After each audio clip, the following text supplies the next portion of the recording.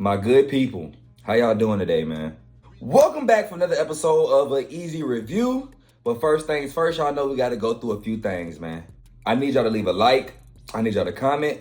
I need y'all to subscribe. And most importantly, please hit that bell so that you know when I just drop me a video. And last but not least, before we get into it for real, go follow my Instagram right now at Garden of EaZy. I know y'all know how to follow directions, so go ahead and do that if you haven't done that for me. Now, with that being said, let's go ahead and get into this episode, man. All right, so y'all know how they say when hood niggas go broke, they got to pawn and sell their PS5. Like, if you see on their Instagram story that so-and-so is selling their PS5, that means times is hard right now. That is exactly what I equate Braden and Tariq selling their cars to. They needed money and they needed it now. So they had to give up their most prized possession so that they wouldn't sink, essentially. And does anybody know what team Effie play for? No idea.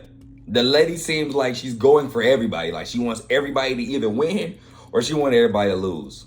So then we go over and we see that Drew is still spiraling and Diana, I guess, think getting out the game is as easy peasy as 1, 2, 3, ABC. And baby girl, you got a whole nother thing coming.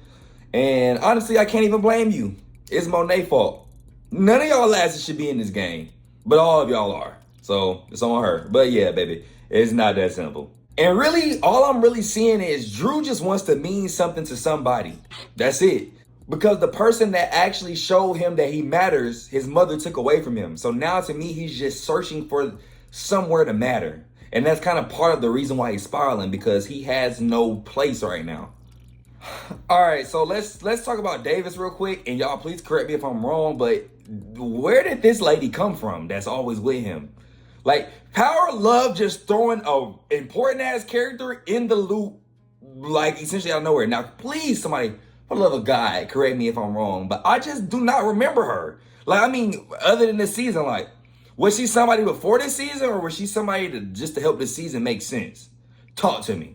But anyways, within the same scene, Tariq pulls up to his little ass apartment. He say, "Damn, nigga, you downsizing?" And as a nigga that's going broke, that's probably the very last thing you trying to hear.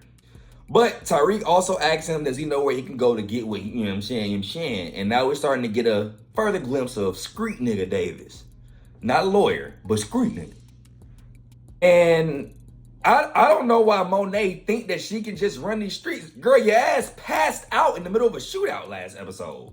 Or episode before last, whatever that episode was. But like, what logically will make you think that you're the person that needs to be running around out here right now? Like, you're clearly weak as shit. And once again, coincidentally, during their 30-second gathering as a family, Mona just so happened to text both Kane and Drew. And Drew kind of feels like it's making him important. And Kane knows he's more important. Like, and we gonna learn that why you're a little bit more important a little bit further in the episode. So my nigga Black Panther is now taken into the interrogation room, and the light-skinned brother Michael Ealy is in there drilling him, and he actually finessed him. I think, if I'm not mistaken, he showed him some papers and tried to say that it was Tariq, and then he kind of showed that he knew Tariq, but when he threw the papers in the trash can, it was empty. And honestly, I feel like if you a nigga that's in that world anyway, you know to look at those papers, like still look at the papers to see what they know. Like, you confessed to pretty much knowing him by not even looking at the papers. You didn't even look to see what they had. You would have opened that up, it would have been a whole bunch of white sheets of copy paper. So Davis takes Tariq to some weird ass underground fight alley with this guy, I guess, that's supposed to be, I guess, a means as a new connect. We're gonna just skip, I'm gonna just kind of get through that whole part in one little thing right here. So basically, long story short is, bruh kind of popped it on Tariq. Tariq saw one of his little dime bags or whatever. Tariq then planted that at Stansfield to make it seem like he was selling on his turf, which pretty much caused Mona to react because she thought that it was him, when really it was Tariq that just pretty much made all that happen. So Drew is now at the Black Panther's house, and we find out that the Black Panther has a brother. The Black Panther calls his brother. Drew's there, gives Drew the phone. He tells Drew he needs to come pick him up. And as he's leaving, the brother just so happened to mention the green cards that Tariq helped them get, that Drew them had no idea about. And we're going to see Drew utilize that as a weapon to try to move up later on in the episode. Hey, that clip of when they show Monae showing her kids how to like bag up. I mean, like, is there a worse TV mother? I mean, like, why the hell is an 8-year-old bagging up crack or coke? They make it look cold. Come on, Monae. You lucky I can't call CPS, man. I call them people on your ass for real. So the whole take from that flashback scene still is though the habits that Diana has once she's lying, and we see that even when she was a child, when she's lying, she fidgets a lot. So she asks who is Kate Egan in present time, and she's currently doing the fidgeting, which I'm sure Monae notices. So now we get to the scene where they're all at Mona's place, right? Everybody. And she's questioning the Black Panther about pretty much where he's been, what's going on, blah, blah, blah. And Drew utilizes this moment to bring up the green cards that Tariq gave him, which ultimately leads to the Black Panther being unalived in the neck. Now, I said this. If you stab me in the neck, now this is power. We've seen crazier things happen. I would have took that knife out my neck and stabbed her, and then we would have both went to the ground. And if y'all tell me that's not realistic, nigga, we're talking about power. Okay? Power has done way crazier things. Way crazier. So I don't want to hear that. And when the fuck Kane and Mona start fucking? And, well, of course, Debo, a.k.a. Kane, finds out where the rival cocaine dealer is reeing up at. And, of course, he goes and blows up the spot. Kane doing what Kane do best, I guess.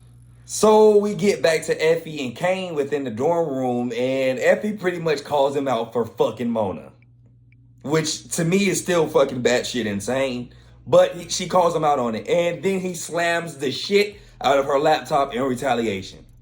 You showed her, Kane. Davis reminds me of a cockroach. You know, they say a cockroach can survive a nuclear bomb. He just always finds a way to survive. And he pretty much came up with a way for him to matter to Mona, which is huge for the circumstances that he's in right now. All right, so the part I'm sure we've all been waiting to hear, and that is the Tahada family dinner. Now, if you ask me, they just need to stop having dinner. Because good shit don't happen at their dinners. They need to stop eating together as one. Everybody need to take their damn meal and take it to their goddamn room because they cannot eat as a family.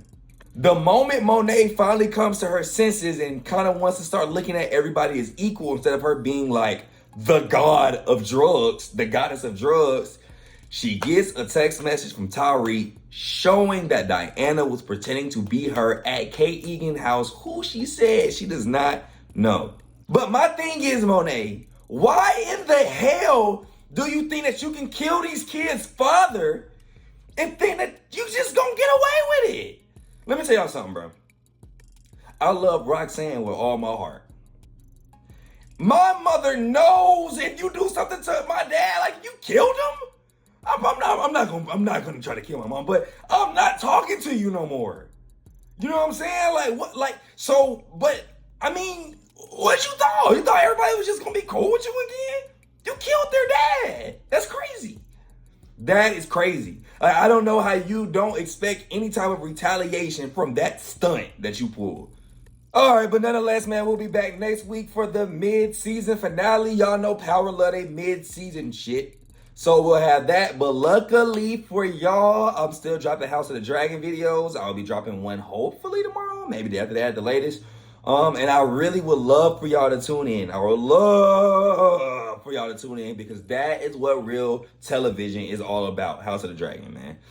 But with that being said, man, I hope y'all have an ever so blessed week. If y'all don't tap back in with me for House of the Dragon, I'll see y'all again for Power. Don't forget to like, subscribe, comment, share, do all that.